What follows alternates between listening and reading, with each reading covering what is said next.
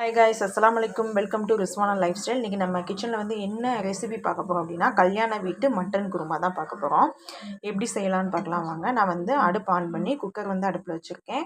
Cooker வந்து நல்லா heat ஆகட்டும். ஆயில் சேர்த்துக்கலாம். குக்கர் வந்து ஹீட் ஆகிடுச்சு. இதில் வந்து கொஞ்சமாக நான் ஆயில் சேர்த்துக்கிறேன்.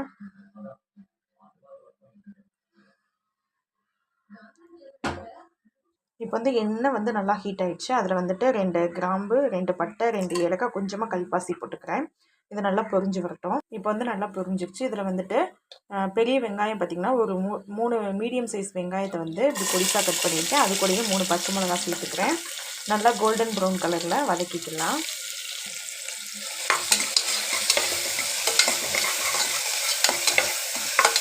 நல்லா வதங்கி வரட்டும். இப்போ வந்து ஓரளவுக்கு நல்லா வதங்கிடுச்சு. இது கூட வந்து இஞ்சி பூண்டு பேஸ்ட்டு சேர்த்துக்கலாம். 2 ஸ்பூன் அளவுக்கு இஞ்சி பூண்டு பேஸ்ட்டு.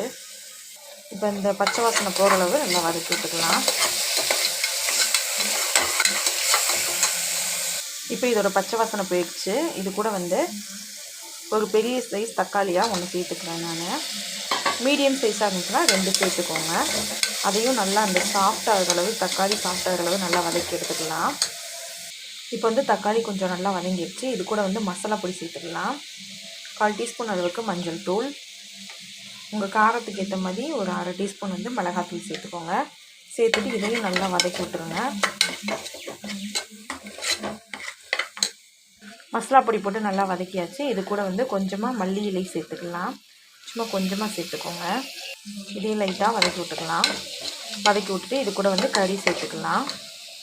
இப்போ வந்துட்டு இதில் வந்து கறி சேர்த்துக்கலாம். நான் வந்து ஒரு 1/4 கிலோ அளவு மட்டன் சேர்த்துக்கிறேன். நீங்கள் வந்து 1/2 கிலோனா இதுலேருந்து மசாலாஸ்லாம் கொஞ்சம் அதிகமாக சேர்த்துக்கோங்க. சேர்த்துட்டு இதையும் நல்லா வதக்கி விட்டுக்கலாம். இந்த மசாலாவில் ஃபுல்லாக படுற மாதிரி வதக்கிடலாம். இப்போ வந்து அந்த கறியோட மசாலாவை ஃபுல்லாக நல்லா மிக்ஸ் பண்ணி விட்டாச்சு. இப்போ இது கூட வந்து மல்லித்தூள் சேர்த்துக்கலாம். ஒரு 2 ஸ்பூன் அளவுக்கு மல்லித்தூள் சேர்த்துக்கலாம். இப்போ அதையும் அது கூட நல்லா கலந்து விட்டுடலாம்.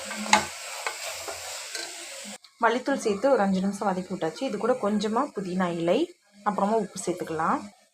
கொஞ்சமாக உப்பு, இதையும் சேர்த்து நல்லா மிக்ஸ் பண்ணிவிட்டு தண்ணி ஊற்றிக்கலாம். இப்போ நல்லா மசாலா வாடையெல்லாம் போயிடுச்சு. இதில் வந்து கொஞ்சமாக தண்ணி சேர்த்து விசில் விட்டுடலாம். விசில் விட்டுட்டு அப்புறமா அதுக்கு தேவையானதெல்லாம் சேர்த்துக்கலாம். மூடி போட்டு ஒரு 5 விசில் எடுத்து ஆஃப் பண்ணிக்கலாம். இப்போ குக்கர் மூடி போட்டு விசில் விட்டுக்கலாம். ஒரு 5 விசில் வரும், ஆஃப் பண்ணிக்கலாம். இங்கே விசில் வரக்குள்ளேயே நம்ம வந்து ஒரு மிக்சி ஜாரில் வந்து கொஞ்சமாக தேங்காய், ஒரு 2 பத்து அளவு தேங்காய், அப்புறம் வந்துட்டு ஒரு டீஸ்பூன் அளவு கசகசா சேர்த்து நல்லா வலுவலுப்பாக அரைச்சி எடுத்துக்கலாம். முந்திரி பருப்பு வந்து சேர்க்கலாம், ஆனால் அது வந்து ஸ்வீட்னஸ் கொடுத்துரும் குழம்புக்கு, அதனால் கசகசா சேர்த்துக்கோங்க. இப்போ வந்து ஒரு 5 விசில் விட்டு எடுத்தாச்சு. ஓப்பன் பண்ணி பார்க்கலாம். பார்த்திங்கன்னா நல்லா கறியெல்லாம் வெந்திருக்கும்.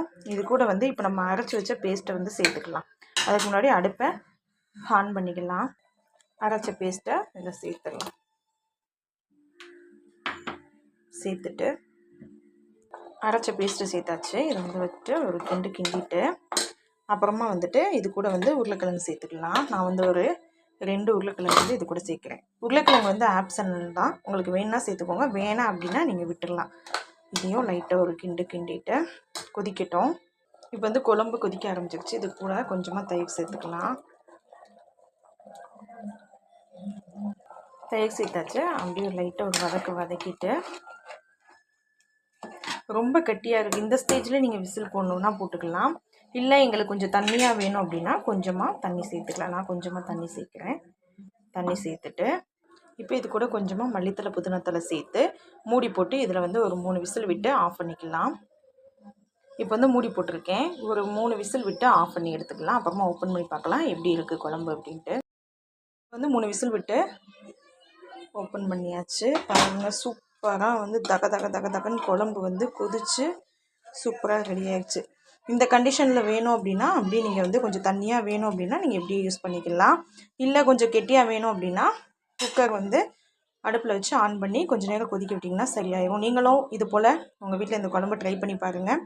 எப்படி வந்துச்சு அப்படின்னு சொல்லிட்டு எனக்கு கமெண்ட் பண்ணுங்கள். நம்ம சேனலில் ஃபஸ்ட் டைம் பார்க்குறீங்க அப்படின்னா சப்ஸ்கிரைப் பண்ணுங்கள். மற்றவங்க பார்க்கணுன்னு நினச்சிங்கன்னா ஷேர் பண்ணுங்கள், கமெண்ட் பண்ணுங்கள். அஸ்ஸலாமு அலைக்கும்.